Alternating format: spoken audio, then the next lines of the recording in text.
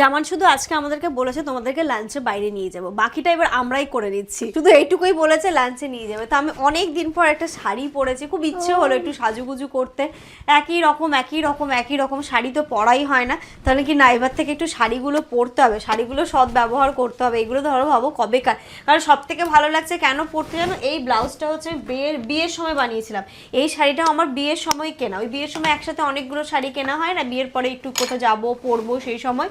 তো ওই ব্লাউজটা আমার ফাইনালি হচ্ছে, তাই আমার নিজের ভেতর থেকে মনে হচ্ছে না শাড়িগুলো এবার পরা উচিত, একটু শাড়ি পরা উচিত। মনে হচ্ছে আমি আগের মতো হয়েছে, কারণ মাঝখানে আমি প্রচুর ওয়েট গেইন করে নিয়েছিলাম, এখনো আছি, তবে মনে হচ্ছে কিছুটা আগের থেকে কমেছি। তাই এখন নিজেকে শাড়ি পরে দেখতেও ভালো লাগছে আয়নায়, নইলে এতদিন শাড়ি পরতেও আমার ভালো লাগতো না।